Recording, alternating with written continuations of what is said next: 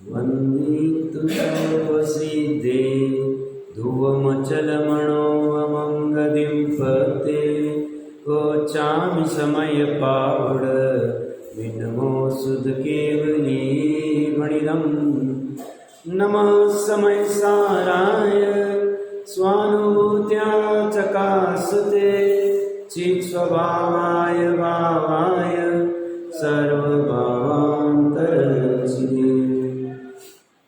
समय सारजी ग्रंथाध्याय के सर्व शुभ ज्ञान अधिकार में से 222 नंबर के कलश के ऊपर पर अपनी चर्चा चल रही थी। आचार्य देव कहते ये जो गायक आत्मा है यह पूर्ण है, एक है, अच्युत है और शुद्ध ज्ञान जिसकी महिमा है, ऐसा एक गायक आत्मा है। और ऐसा गायक आत्मा होते हुए भी यह जीव पर वस्तु से उदासीन न रहते हुए राग द्वेष रूपी अज्ञान को कर लेता है। ऐसा उन्होंने आश्चर्य प्रकट किया है, दीपक का उदाहरण दिया है। स्वभाव से वर्तमान में ऐसा ही है, बस बात इतनी है अनुभव करने की, पर्याय में अनुभव करनी है। पर्याय में क्या अनुभव करना है कि ज्ञान विचलित नहीं हो सकता है, ज्ञान गुण अभी भी विचलित नहीं हो रहा है। ज्ञान के पर्याय में भले ही अभी विचलितता हो रही है, ज्ञेय से एकत्व हो रहा है, ज्ञेय लुब्धता हो रही है, पर तर्क युक्ति अनुमान से विचार करें तो जब नित्य एक अच्युत शुद्ध ज्ञान जिसकी महिमा है ऐसा गायक आत्मा पकड़ में आ जाए, सहज में उससे परिपूर्णता आके वो जीव ज्ञाता दृष्टा हो जाता है। और ज्ञाता दृष्टा होना ही सुख का कारण है और कोई दूसरा कारण नहीं। अब इसके बाद में 383 से लेके 386 चार गाथाएं, जिसमें प्रतिकमन क्या है, प्रत्याख्यान क्या है, आलोचना क्या है, इसकी चर्चा चलेगी। ये अध्यात्म की पराकाष्ठा है। जो सामान्यतः हम प्रतिकमन आदि सुनते हैं वह कुछ तो भी वचन वाला होता है, कुछ तो भी शरीर आदि की क्रिया वाला होता है, मन में कुछ विकल्प करने वाला होता है। बट यथार्थ प्रतिकमन, प्रत्याख्यान और आलोचना का स्वरूप क्या है? सबसे पहले प्रतिकमन, प्रत्याख्यान और आलोचना क्या है सबको पता ही होगा। प्रतिकमन जो किया जाता है ये भूतकाल के दोषों के संदर्भ में है। भूतकाल में जो भी कोई कर्म के आश्रय हुए, उन कर्मों के जो भी कोई मिथ्या झूठे भाव या विपरीत भाव किए, उनकी वर्तमान में बैठ के निंदा करना ये सामान्यतः प्रतिकमन कहा जाता है। प्रत्याख्यान किस संदर्भ में कहा जाता है कि भविष्य काल में ऐसी गलतियां मैं नहीं करूँगा, उसका त्याग करना, उन गलतियों का, ये प्रत्याख्यान कहा जाता है। और आलोचना क्या है? वर्तमान में अभी गलती हुई है और अभी उसकी आलोचना कर रहे हैं, साक्षात में तुरंत ही सजगता है और कर रहे हैं। तो जैसे चरणानियों के पास जाएंगे तो कुछ ना कुछ प्रतिकमन के, सामायिक आदि के कुछ ना कुछ भावनाओं के पाठ बताएगा और वो कहेंगे उसका हम चिंतन करें, उसका हम अगर वचनों से कथन करें तो हमारा प्रतिकमन हो गया, ऐसा स्थूल रूप में कहा जाता है। बट जब नियम सार जी के पास जावे, नियम सार जी पूरा ग्रंथ ही इसी आधार पे, इस अध्यात्म के टोन पे हम ऐसा भी कह सकते हैं ये जो चार गाथा है इसी का विस्तार भाव है। ऐसा कहने तो कोई अतिशयोक्ति नहीं होगी, क्योंकि वहाँ भी प्रतिकमन आदि की चर्चा है पूरे नियम सार जी में, जो कुंद कुंद देव ने अपने स्वयं के लिए लिखा था, ऐसा कहते हैं। और हो भी सकता है अपनी। तो यहाँ पे ये प्रतिकमन भूतकाल के जो कोई हमारे कर्म किए, जो कोई हमारी गलतियाँ हुई, भविष्य काल में जो कोई गलतियाँ न करने संदर्भ में विकल्प है, और वर्तमान काल के जो कोई गलतियों की आलोचना है। ये तो ये क्या है? तो बोलते आप आत्मा की संचेतना करोगे, त्रिकालिक शुद्ध आत्मा का मतलब शुद्ध उपयोग करोगे, उसका वेदन रहेगा तो आपका प्रतिकमन हो गया, प्रत्याख्यान हो गया, आलोचना हो गई, और कुछ भी दूसरा नहीं। सब कुछ आत्मा पे टिका है। बात चर्चा करने में, पढ़ने में सुनने में, विचार करने में सरल लगती है, बट कठिन क्यों लग रही है? कारण है कि ये कह रहे हैं ये जो एक आत्मा है, शुद्ध आत्मा, इसको ग्रहण करने के लिए तुमको अपने उपयोग को पूरा समेटना पड़ेगा। अब ये कैसे समेटना, ये कला निचली अवस्था में प्रकट नहीं होती है तो कठिन लगता है, क्योंकि ऑलरेडी ये अनादिकाल से फैलता हुआ ही आ रहा है उपयोग अनेक अनेक जगहों पे, अनेक अनेक परद्रव्य में। अब इस परद्रव्य से इसको समेटना कठिन लगता है और इसीलिए इतना सरल होते हुए भी दुष्कर लगता है। और दुष्कर जो परद्रव्य में करने के कार्य है, दुष्कर होते हुए भी कर सकते नहीं। परद्रव्य में कार्य हो सकता नहीं, कर सकते नहीं निश्चय से, फिर भी ये जीव परद्रव्य में कार्य करता है। भले ही पुण्य के नाम पे दान आदि के कोई भी कार्य हो, दान व्रत शील तप आदि के कोई भी कार्य करता जाता है। ये काम पढ़ना सुनना बहुत सरल है और यही पराकाष्ठा, यही सोल्यूशन। क्या सोल्यूशन है? आत्मा का संचेतन करना, आत्मा की लीनता करना। यही प्रतिक्रमण प्रत्याख्यान आदि सभी कर्मों के आश्रव आदि छूटने के लिए 659 नंबर पेज के ऊपर 223 नंबर का कलश, बहुत अच्छा कलश है। ये भी शार्दुल विक्रीडित छंद है, एक बार इसका पाठ करते हैं।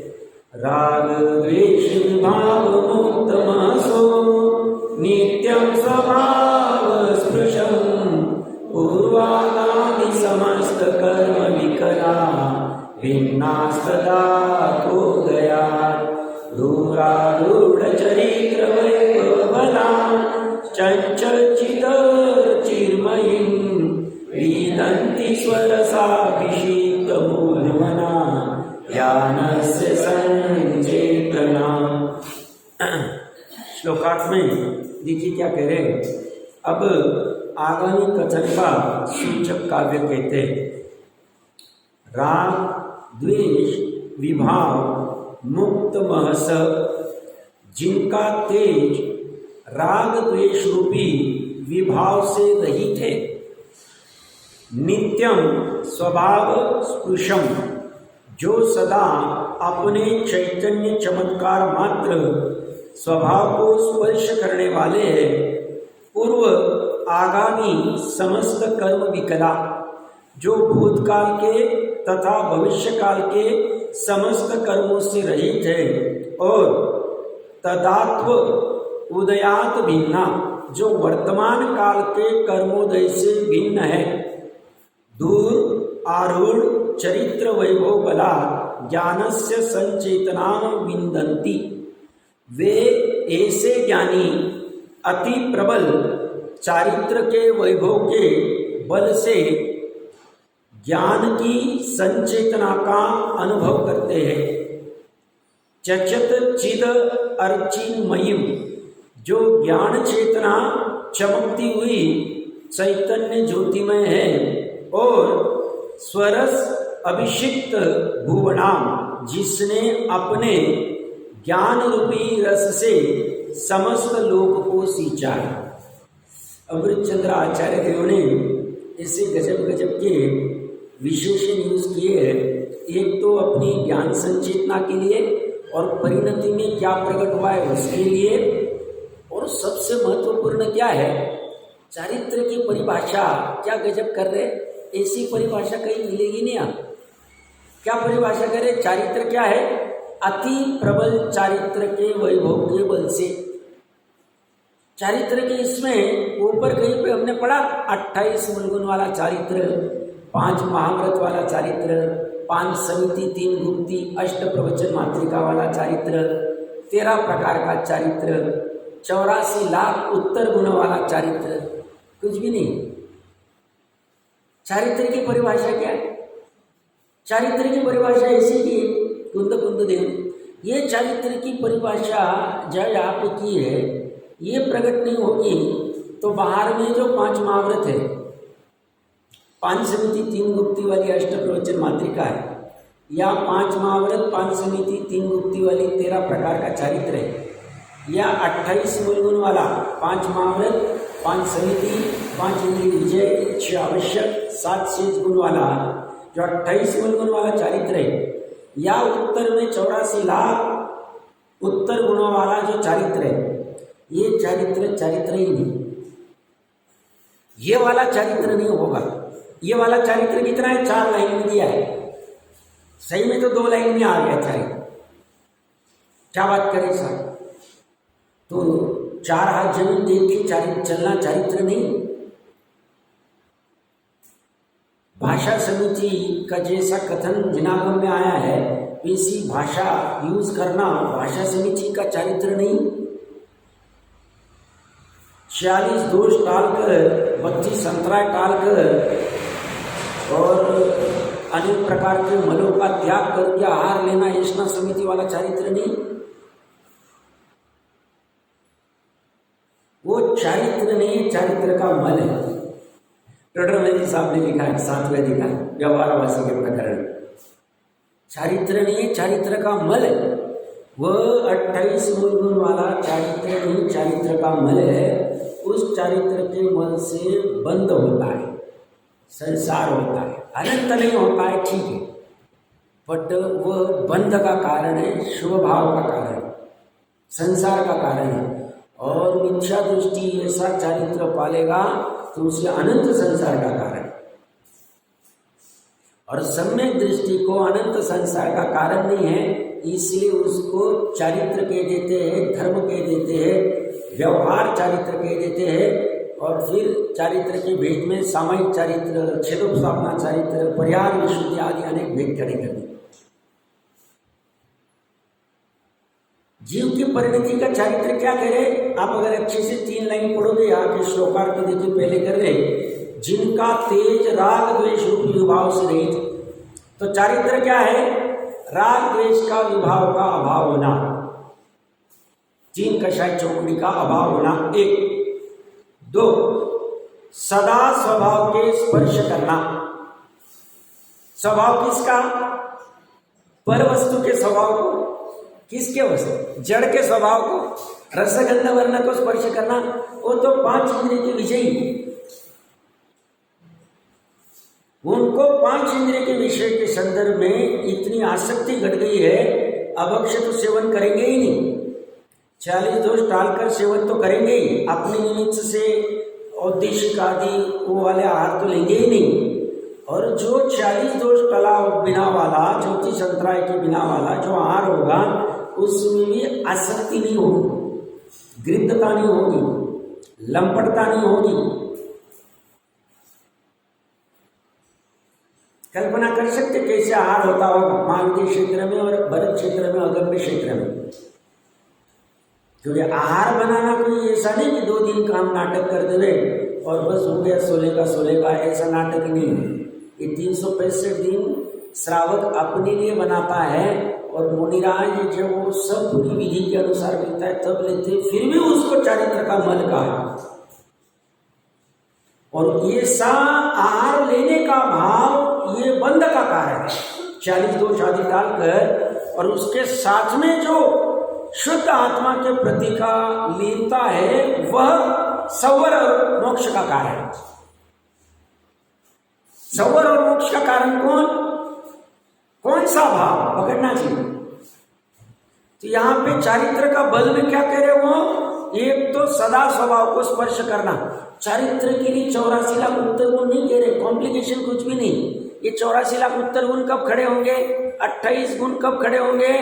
जब जीव उपयोग से बाहर आएगा, जब सदा स्वभाव को स्पर्श करता रहेगा तो इसकी जरूरत ही नहीं, बाहुबली को जरूरत ही नहीं पड़ी, केस लॉन्च करने की जरूरत ही नहीं पड़ी। वहां जुए हो रहे कि क्या हो रहे वो हमें देखना नहीं, हमारा कोई विकल्प ही नहीं। उस 4 हाथ जमीन देखने का हमें विकल्प ही नहीं। हम अगर अपने स्वभाव को स्पर्श करने जा रहे हैं, अपने राग द्वेष के विभाव के रहित हो रहे हैं, उसको हटा रहे हैं और ज्ञान की संचेतना का अनुभव कर रहे हैं, हमारा चारित्र होगा। हाँ, ये बात जुदा है, ये चारित्र अंतरंग वाला एग्जैक्टली केवल जानते हैं, और उस जीव का ये वाला प्रकट करना जरूरी, ये निश्चय चारित्र है।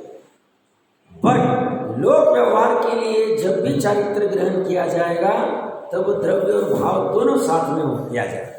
भाव वाला तो अपने लिए, और जब अंदर वाला भाव वाला प्रकट हो जाता है, तीन कषाय चौकड़ी के अभाव वाला, उस समय में बाहर में फिर जो जो कुछ आगम में चरना योग में कथन है वो वाला भी चारित्र आके ही रहेगा, आ जाता है, सहज में लाना नहीं पड़ता, उसके लिए कुछ अलग से नाटक नहीं करना पड़ता, कोई अलग से क्रिया नहीं करनी पड़ती, सहज में वैसे ही परिचित हो जाता। क्योंकि लक्ष्य कहाँ है? स्वभाव के स्पर्श करने को, ज्ञान के संचेतन करने को लक्ष्य पड़ा हुआ है। ये समझना बहुत जरूरी, और इसीलिए ये एक बार अच्छे से आ जाए तो हमें 22 परीक्षा आदि या अनेक अनेक जंगल में ये खूंखार शेर आदि के बीच में रहना भी हमारे लिए सरल हो जाए। क्यों?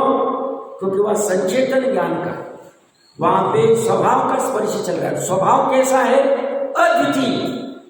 अभी अभी क्या पढ़ के आए? स्वभाव कैसा है? पूर्ण।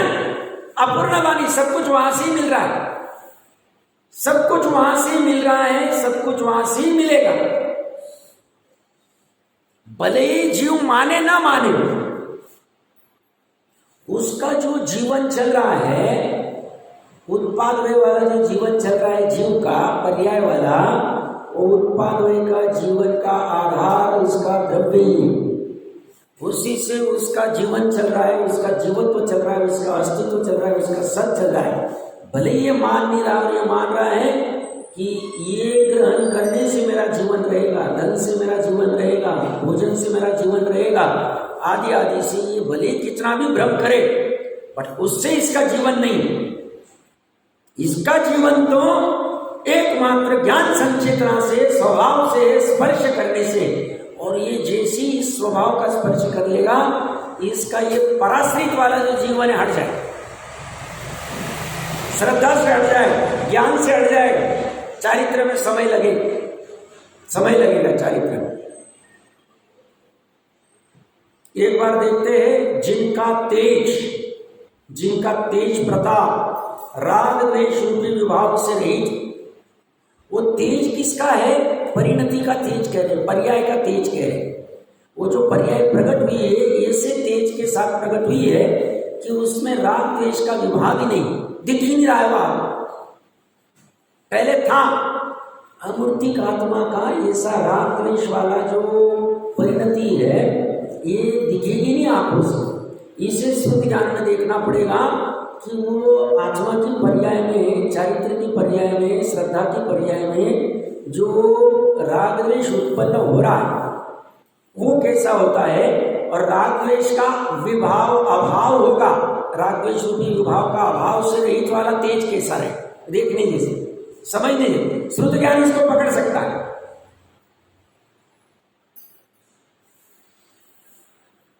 ये अंदर में परिणति ज्ञानियों की हो जाती है।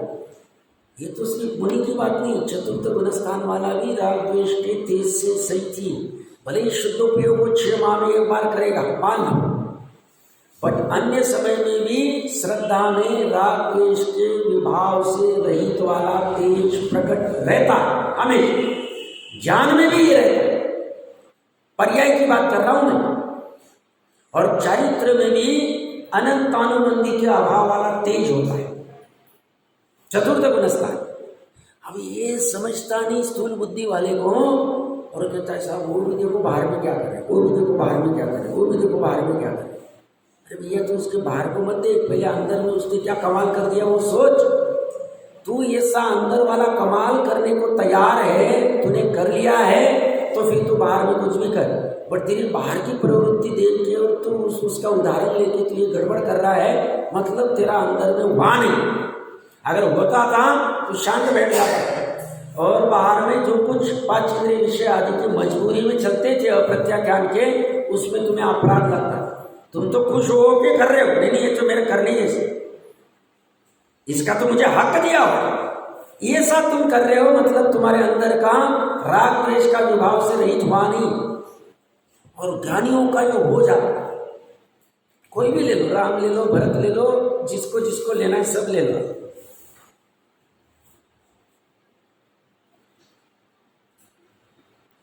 क्या करे? जो सदा अपने चैतन्य चमत्कार मात्र स्वभाव को स्पर्श करने वाले हैं। चैतन्य चमत्कार पहले क्या है वो समझना पड़ेगा।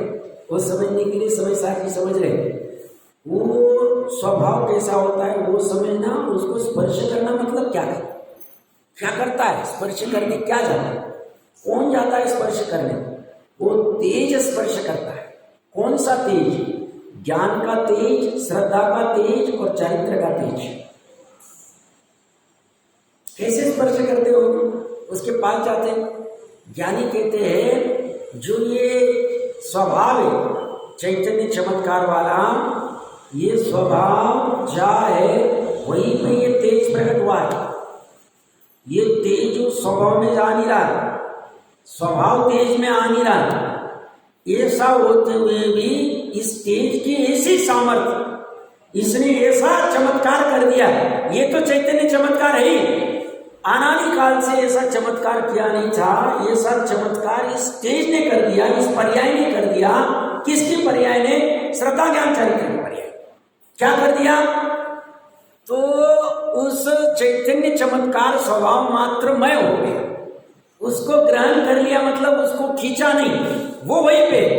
दोनों के प्रदेश एक, दोनों का द्रव्य एक, बट दोनों के जहां वहां रहते हुए भी उसको ग्रहण कर, फिर भी दोनों में अतत भाव होते हुए भी वो उसमय हो गए, उस तेजमय हो गए, वो ज्ञान चेतना का स्पर्श हो गया, अनुभूति हो।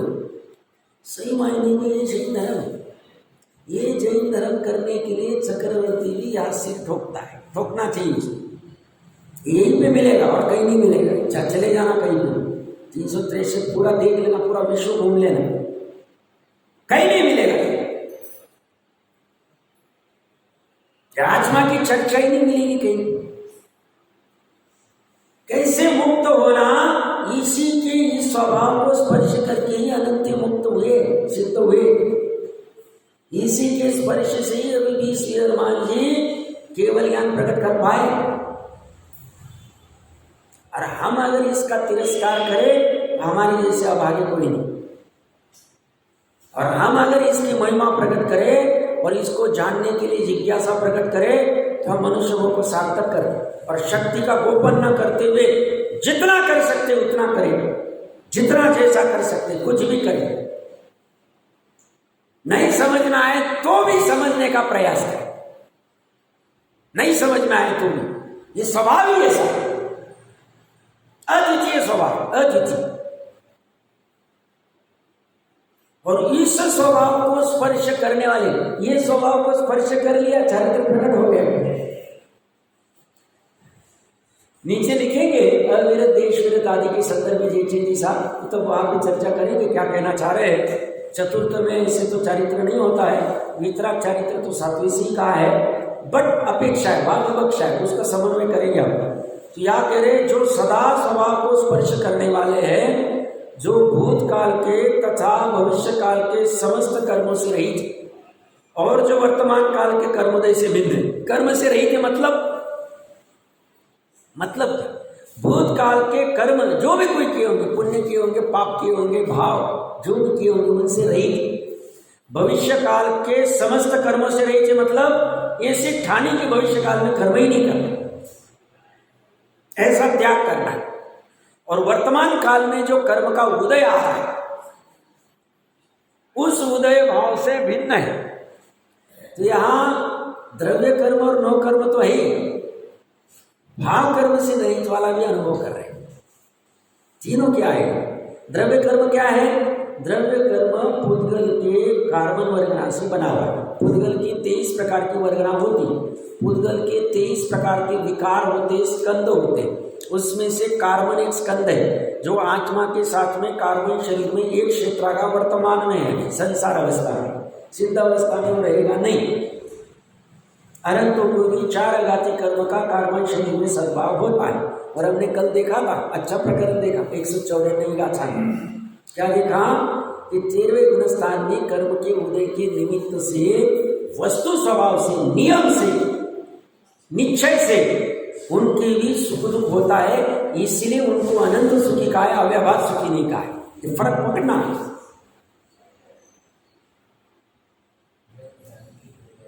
हाँ, ज्ञान की पर्याय, हाँ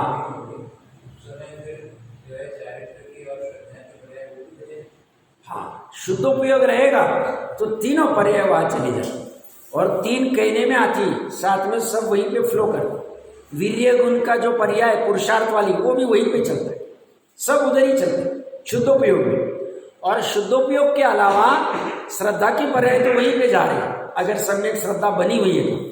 ज्ञान और चारित्र की पर्याय भले भी उपयोग में बाहर है, शुभ उपयोग या अशुभ उपयोग चल रहा है बाहर में, बट ऐसा होते हुए भी ज्ञान के लब्धि में अपनत्व तो स्वभाव तरफ ही पड़ा हुआ है, इसलिए कथनचित उसका स्पर्श चलता ही रहता है।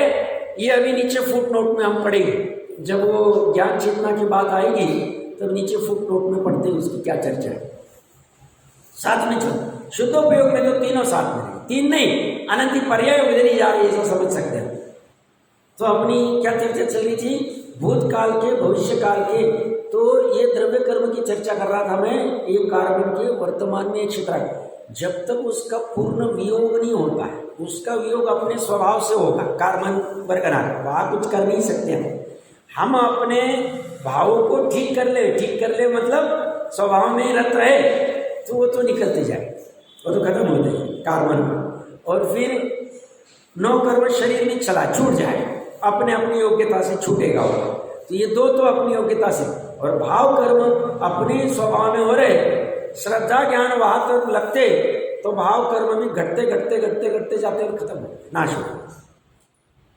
उपाय एक ही, स्वभाव का स्पर्श कर, दूसरा कोई उपाय ही नहीं। रामबाण एक उपाय, सबका रामबाण एक उपाय कहते हैं लोक व्यवहार में, तो रामबाण का अर्थ समझ सकते।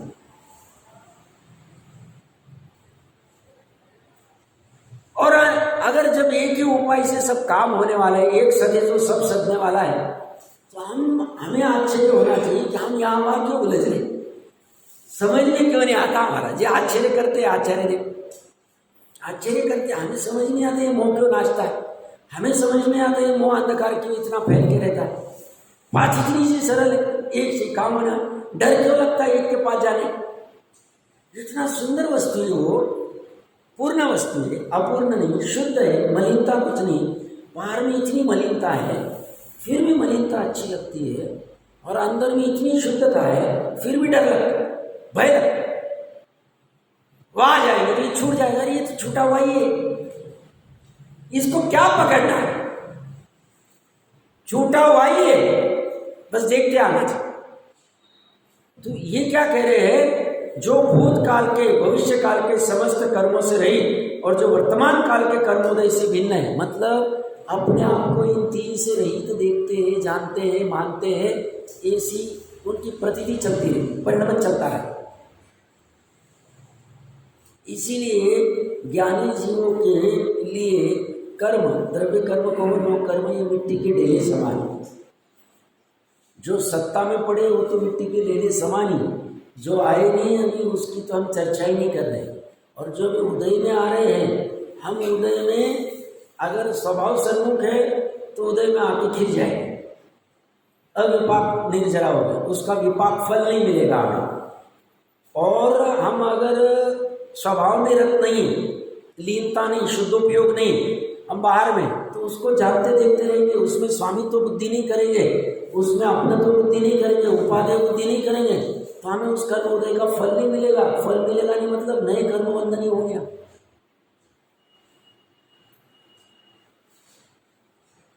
ये ज्ञानियों की कला है, ये कला हमारे पास आ गई तो बहुत अच्छी है, नहीं आई तो आने का प्रयास करना है।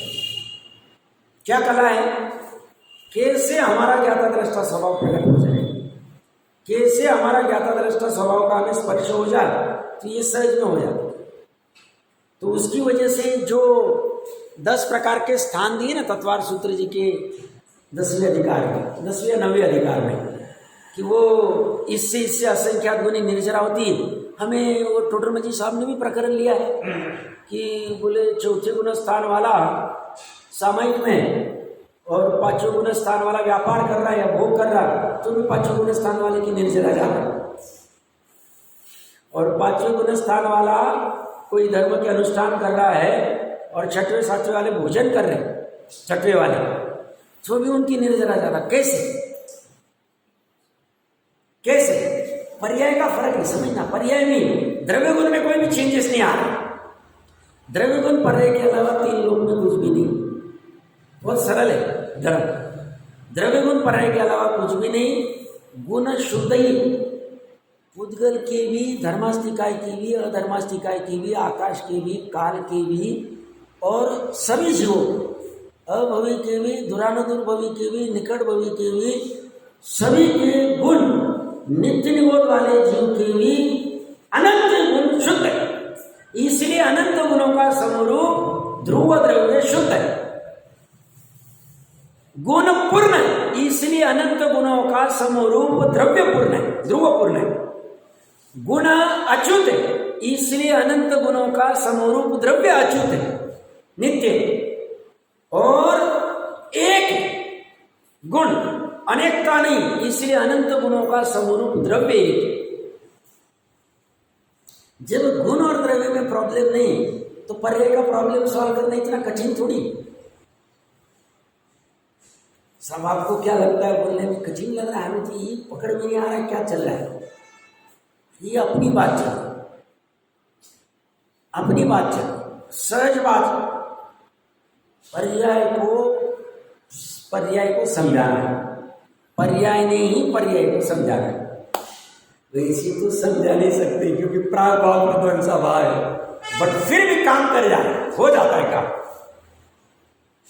सूक्ष्म में देखे तो एक पर्याय का उसी गुण की दूसरी पर्याय में अभाव है। प्राग भाव प्रध्वंसा भाव हमने पढ़ा हो।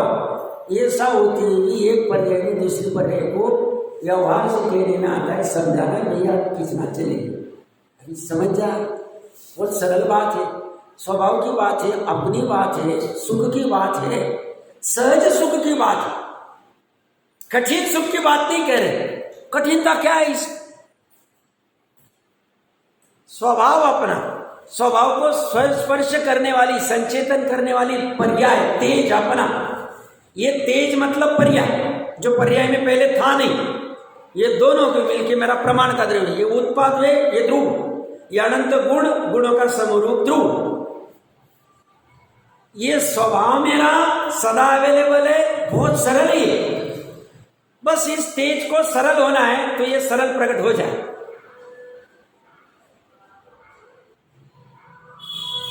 अब यहां कहा भी, इसलिए वो कह रहे हैं देखो तत्व विचार की महिमा। तत्व विचार से निर्णय हो सकता है। देखो तत्व विचार की महिमा, धर्म कितना सरल है। तत्व विचार करने वाला भी सब में दृष्टि नाम पाता है और ये इसका तिरस्कार करता है और बाहर में कितना भी दान करता है, कितना भी व्रत करता है, अनशन आदि, स्वाध्याय के नाम पे तप में कितना भी स्वाध्याय कर लेता है, 11 अंग आदि का, कितना भी शील का पालन करता है, कितनी भी तीर्थ यात्राएं करता है, बट फिर भी ये बाहर का ही संचेतन कर रहा है। ये संचेतन नहीं, विचेतन है, विकार है, खराबी।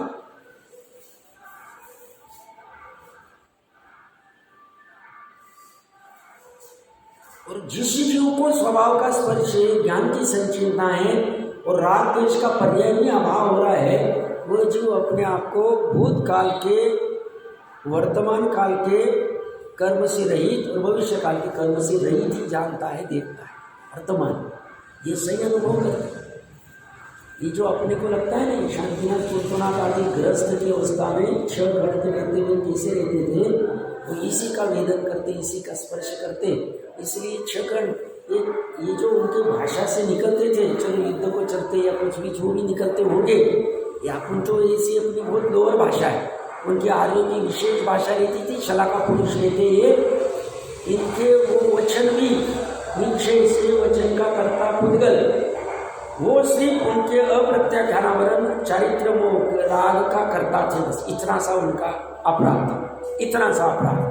और वो अपराध भी अनंत संसार का कारण नहीं, इसलिए अध्यात्म उनको कह रहे तुम्हारा अपराध नहीं, तुम्हारी निर्जरा चले। क्या कह रहे? निर्जरा चले। क्यों? क्योंकि उनकी श्रद्धा और ज्ञान स्वभाव को स्पर्श कर रहे, संचेतन कर रहे, अंदर में ये चलता है। और इसलिए फिर वो जो दिया लेके पूरा घूम रहा है अयोध्या में, बस इनका दिए जैसा काम होगा, आत्मा को छोड़ना ही नहीं है। अब हम देखो हमारी कैसी हालत होती, अभी यहाँ पे इतना हम अच्छा है, जैसे कोई सभा अच्छी याद है तो इतना कॉन्सेंट्रेट करके अच्छे से अपनी बात चल रही थी सुन रहे, और यहाँ से निकलेंगे वापस उस स्पर्श बाजू को रह जाएगा और वहां को बहना चालू है। बात खतरनाक है, इसलिए समेटना चाहिए, जितना आवश्यक उतना ही बाहर जाने का, बाकी अंदर आना चाहिए, क्योंकि अंदर में ही सब कुछ पड़ा हुआ। और जब इसका स्पर्श हो जाता है वहां हमें दिखता ही नहीं। जब ये आत्मा का स्पर्श करता है तो बाहर वाले द्रव्य कर्म और नौ कर्म, द्रव्य कर्म मतलब 8 कर्म की 148 प्रवृत्तियां जो भी होगी, और 9 कर्म मतलब शरीर आदि, बाहर में मित्र पुत्र आदि, धन आदि, ये हमें दिखते ही नहीं। हमें उनकी संचेतना ही होती नहीं। वो कब हो रही थी? जब हम इससे विमुख थे, जब इससे सन्मुख हो गए, हमें ही नहीं। और उस समय में जब यहाँ रहते हैं तो ये जो चारित्र के विकार हो रहे 4 से 10वें गुण स्थान तक, ये अबुद्धिपूर्वक हो रहे, अबुद्धिपूर्वक हो रहे। बुद्धिपूर्वक और बुद्धिपूर्वक के 3 अर्थ किए जैसे जी साहब और पांडे राजमल जी ने सवर अधिकारी आश्रव अधिकार में होगा, देख लेना चाहिए, गाथा नंबर याद नहीं आ रही तो वह बुद्धिपूर्वक ये जो सम्यक दृष्टि 4थे गुण स्थान वाला है, स्वामित्व भाव से ये सब बाहर के कार्य नहीं करता है, इसलिए उसके अबुद्धिपूर्वक का है, बुद्धिपूर्वक नहीं का। दूसरी विवक्षा है 7वें गुण स्थान से शुद्ध उपयोग में च्युत है, उनके 7वें 8वें 9वें 10वें में जो संचलन का अबुद्धिपूर्वक हो रहा है उसको अबुद्धिपूर्वक का है, वह विवक्षा अलग है। तो ये जब यहाँ से श्रद्धान आदि का ये त्रिकाली में लीनता होती है तो ये चारित्र का 4 से 10वें में विकार भी होता है, राग द्वेष होते हैं ना, हम नहीं कह रहे, बट हमने उसको गौर कर दिया। इसको ये तो द्रव्य कर्म के उदय के निमित्त से अब कमजोरी वश अपराध वश हो रहा है, जीव ही कर रहा है, बट ज्ञानी जीव कर रहा है ऐसा नहीं कहा जाता है कि कर्म की बलवत्ता से करता है, करना चाहता नहीं, उससे हो रहा है। तो ये इसका इतना, इसको अबुद्धिपूर्वक वाला है, यहाँ का संचेतन चलता है। हम 9 कर्म में बाहर का पूरा विश्वाग है, शरीर और शरीर के बाहर वाला सब चेतन अचेतन आ गया। द्रव्य कर्म में एक क्षेत्रागाकार में शरीर आ गया, भाव कर्म आत्मा में ही हो रहे, राग द्वेष वाले। अब वो पर्याय है, वह हम लक्ष्य नहीं दे रहे। हमने जब स्वभाव सन्मुखता की तो इस चारित्र के वह लक्ष्य नहीं हमारे, क्या हो रहा है हमें कुछ भी नहीं। जब ये युधिष्ठिर भीम आदि शपथ श्रेणी चल रहे थे, अंतर्मुहूर्त काल था 8वें 9वें 10वें गुण स्थान का, सातिश अप्रमत्त अवस्था 7वां गुण स्थान, 8वां गुण स्थान, 9वां गुण स्थान, 10वां गुण स्थान, ये 4 गुण स्थान में इनके अबुद्धिपूर्वक राग द्वेष हो रहे थे, बट इनके उपयोग में नहीं आ रहे थे और उसको गौण कर चुके थे, उपयोग में मात्र स्वभाव। और बस जैसी 10वां गुण स्थान क्रॉस किया, अब क्या है राग द्वेष? है ही नहीं, अनुभव में नहीं आ रहे ना। हमको 9 कर्म वाले वो आभूषण अनुभव में आ रहे। कौन से आभूषण? जो हमें पहनाए गए गरम गरम करके, और दुर्योधन के भाग्य ने जिसने भी किए होंगे, हमें वो शरीर भी समझ में नहीं आ रहा। हमारे उपयोग में शरीर नहीं, वो आभूषण नहीं, और ना हमारे अंदर में अबुद्धिपूर्वक चलने वाले राग द्वेष। द्वेष 9वें गुण स्थान तक, राग 10वें गुण स्थान तक, क्योंकि लोभ 10वें गुण स्थान में, लोभ को राग कहते हैं, और मान आदि क्रोध आदि 9वें गुण स्थान तक। ये सब होते हुए भी इन तीनों हमारे लिए है ही नहीं। है नहीं तो क्या हुआ? बस अंतर्मुहूर्त क्या हम चिगे नहीं तो हमारा केवल ज्ञान हो गया। अंतर्मुहूर्त पहले क्या थे? छद्मस्त थे। अंतर्मुहूर्त बाद क्या हो गए? केवली। क्या नीचे क्या लिख रहे? जिसने अपने रस से समस्त लोक को सींच लिया है। हम इसके अर्थ अलग अलग कर सकते हैं। नीचे जयचंद साहब ने केवल ज्ञान की बात की, मतलब 3 लोग 3 काल को जानने की अपेक्षा से चर्चा की। तो कह रहे ये सब कर्म उदय से भिन्न है, वे ऐसे ज्ञानी। तो यहाँ पे जब स्वभाव का संचेतन होता है, यहाँ पे पर द्रव्य के संदर्भ वाला राग आदि अनंतानुबंधी अक्लेश वाला नहीं होता है। उस समय में द्रव्य कर्म, नो कर्म और भाव कर्म ये आत्मा में ही होते हैं। 10वें गुणस्थान तक भाव कर्म ये बाहर है दोनों, ये संश्लेष संबंध वाले, ये एक क्षेत्रागा संबंध या संयोग संबंध वाले, ये सब होते हुए भी ये हमें भिन्न ही जानने में आते हैं। इनसे रहित ही हम अनुभव करते, हम एक का ही अनुभव करते, एक का ही अनुभव करते।